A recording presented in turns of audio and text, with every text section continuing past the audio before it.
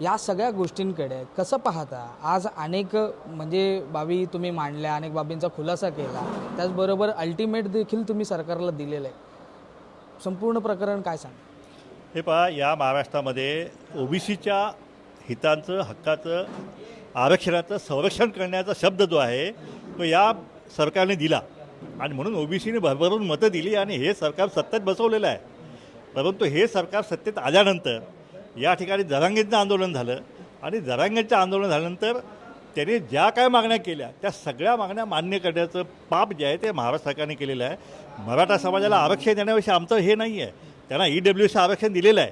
मराठा समाज हा मागासलेल्याचा निकष पूर्ण करत नाही असं सुप्रीम कोर्टानं सांगितलेलं आहे.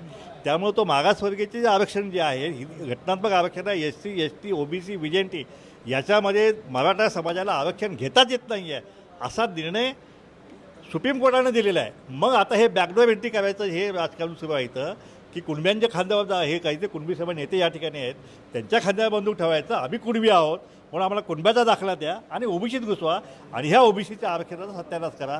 हा कार्यक्रम जो आहे महाराष्ट्रामध्ये दिवसाढवळ्यात सुरू आहे, याचा आम्ही निषेध करत आहे. आणि त्यासाठी हे असं होऊ नये, ओबीसीवर अन्याय होऊ नये म्हणून जी मंत्रिमंडळ उपसमिती नेमलेली आहे बावनकुळेंच्या अध्यक्षतेखाली, त्या मंत्रिमंडळ उपसमितीनं स्थापन झाल्यापासून ओबीसींच्या हक्काचं आरक्षण करण्याचा ते सपशेल फेल झालेले आहेत आणि जवळ 90% जागा ज्या आहेत ओबीसीच्या ज्या आहेत त्या मराठा समाजाने कुणब्यांचे दाखले घेऊन फस्त करून टाकलेले आहेत. ही समिती काहीच करू शकली नाही म्हणून आम्ही ही मंत्रिमंडळ उपसमिती बरखास्त करा, बावनकुळेने राजीनामा द्यावा अशा प्रकारची मागणी जी आहे आज आम्ही पत्रकार परिषद केलेली आहे. पण ही बाब जशी तुम्हाला समजली तरी सरकारच्या कधी लक्षात आली नाही का? म्हणजे तुम्ही आता ह्या गोष्टी एवढ्या विस्तारपणे सांगितल्या, ह्याच गोष्टी सरकारला कधी लक्षात आल्या नसतील? अहो, हे जरांगेंचं आंदोलन हे सरकार पुरस्कृत आंदोलन होतं. तू रडल्यासारखं मी करतो मारल्यासारखं असं करून सकाळी आंदोलन करायचं आणि रात्री आंदोलन संपवायचं आणि त्याच्यामध्ये ओबीसीचा अनुसत्यानाश करायचा.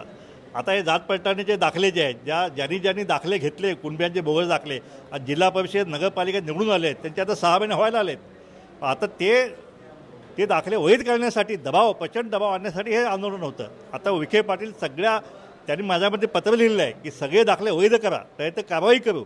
अशा प्रकारे हा कायद्याचा नंगानाच जो आहे, बनावट दाखले आहेत असं म्हणताय हे तुम्ही? बनावट आहे म्हणून तर ते प्रेशर आणतायत. जर ओरिजिनल असेल त्यांना प्रेशरची गरजच काय आहे? मग त्यांना अधिकाऱ्याला दम दाटायची आवश्यकताच काय? आणि म्हणून हे दाखले जरी सरकारने विखे पाटलाने दबाव आणून जर त्यांनी दाखले वैध ठरवले तर आम्ही प्रत्येक दाखला हायकोर्टामध्ये आम्ही चॅलेंज करू आणि एक जागा जी आहे त्या ओबीसीची आम्ही हिसकावून घेतल्याशिवाय राहणार नाही. कारण मंत्रिमंडळ उपसमितीचं हे काम होतं तो त्यांनी केलेलं नाही. शेवटी आम्हाला ते करावं लागत आहे. 12 तारखेला आम्ही बैठक बोलवत आहे आम्ही सगळ्या ओबीसी नेत्यांची. त्याच्यामध्ये आम्ही राज्यव्यापी आंदोलनाची घोषणा जी आहे ते आम्ही करणार आहे. तत्पूर्वी ओबीसी आम्ही मुख्यमंत्र्यांना विनंती केलेली आहे की तुम्ही आमच्या सिस्टमला भेटा, आमचं ऐकून घ्या आणि त्यातून काय ठोस मार्ग काढा. आमच्यावर तुम्ही सांगता आमचा DNA ओबीसीचा आहे, पण ॲक्च्युली दिवसाढवळ्या ओबीसी नडला जात आहेत, त्यात लुटला जात आहे. हे थांबलं पाहिजे म्हणून आम्ही सरकारला अल्टिमेटम दिलेलं आहे. नाहीतर 12 तारखेला आमचं राज्यव्यापी आंदोलन जे आहे ते त्याची घोषणा करू. सरकारला रस्त्यावर फिरणंसुद्धा मुश्किल होऊन जाईल. ह्या सगळ्या गोष्टींकडे पाहता आणखीन काही मंडळी आहेत, मी त्यांच्याशी देखील संवाद साधतो. कुणबी समाज नेते ठीक आहे, आता कुणबी समाजाचे म्हणजेच प्रमाणपत्र दिली जात आहेत असं म्हटलं जात आहे आणि तीच प्रमाणपत्र वैध आहेत की अवैध आहेत हेच समजून येत नाही, असं याच्यामध्ये काही हे येतोय का? नाही, आता असं आहे की पुढच्या दाराने जाता येत नाही. कारण की मग आपण जर पाहिलं पाठीमागं जाऊन कालेलकर आयोगाने मराठा समाजाला ओबीसीत घेतलं नाही, 1965 BD देशमुख कमिटीने घेतलं नाही, मंडल आयोगाने घेतलं नाही, त्याच्यानंतर खत्रे आयोग असेल, बापट आयोग असेल यांनी फेटाळलं. 2000 साली नॅशनल कमिशनने फेटाळलं. त्याच्यानंतर मग 2014ला प्रयत्न झाला, 2018ला झाला, पण कोर्टाने सांगितलं की मराठा समाज हा सामाजिक पुढारलेला आहे, पॉलिटिकली डॉमिनंट आहे, त्याच्यामुळं ते मागास असूच शकत नाही. त्यामुळं मग काय करायचं, पुढून जाता येत नाही. मग काय करायचं, मग कुणबी जे आमचे बांधव आहेत ते मग कोकणातले असतील, विदर्भातले असतील, जे मूळ कुणबी आहेत त्यांच्या खांद्यावर बंदूक ठेवायची आणि बॅकडोर एंट्री करायची. मग कुठंतरी महसूल, कारण की अशा अनेक केस लॉज आहेत की त्याच्यामध्ये असं आहे की 1930 पूर्वी ज्या महसूलच्या नोंदी होत्या तिथं जो शेती करत होता त्याचा व्यवसाय म्हणून तिथं लिहिलं जायचं तो कुणबी. त्याचा आधार घेऊन हे आता तू कुठलं तरी डॉक्युमेंट आणतात, त्याचं लिप्यांतर करतात. गॅजेट दाखवत आहेत, गॅजेटमध्ये ज्या काही गोष्टी लिहिलेल्या आहेत किंवा एवढ्या एवढ्या बाबा आहेत म्हणजे लोक आहेत आणि यांच्या म्हणजे कुणबी म्हणूनच यांचा हे समावेश करून घ्या असं हे जेव्हा सांगतात जरांगे, ते काय खोटं आहे असं म्हणताय? मी म्हणतो त्या जरांगेला एकदा समोर आणावं आणि ते कुठलेच गॅजेट आहेत, कोल्हापूर आहे, सातारा आहे, पुणे आहे, हैदराबाद आहे, निजामाबाद आहे, दिल्ली आहे, अहमदाबाद आहे, कुठले गॅजेट आहे ना बाबा एकदा समोर आण आणि त्याच्यामध्ये काय नोंदी लिहिल्या ते आमच्या दाखव, म्हणजे आम्हाला पण वाटेल, मग आम्ही म्हणू नाही बाबा जरांगेचं बरोबर आहे. काहीतरी बोलत राहायचं. अहो गॅजेटमध्ये तिथल्या भौगोलिक परिस्थिती, तिथले प्राणी, पशु, पाणी, पिकं ह्याची सगळ्यांची नोंदी असते. ते ब्रिटिशकालीन गॅजेटियर म्हणतात. हा म्हणतो गॅजेट लागू करा. कसं गॅजेट लागू करायचं?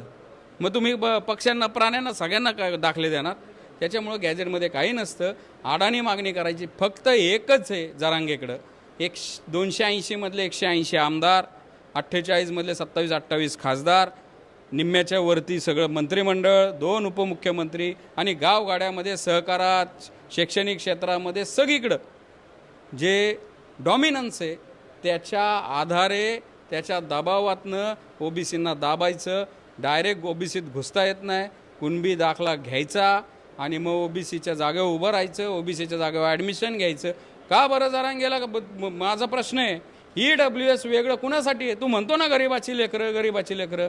EWS म्हणजे इकॉनॉमिकल विकर सेक्शन, म्हणजे सुदामाचं आरक्षण, म्हणजे तुमच्यासाठीच आहे ना. मग ते सोडायचं, हातचं सोडायचं आणि पळत्याच्या मागं पडायचं. 10% 9.5% लाभ हे चंद्रकांत पाटलांनी सांगितलेलं आहे.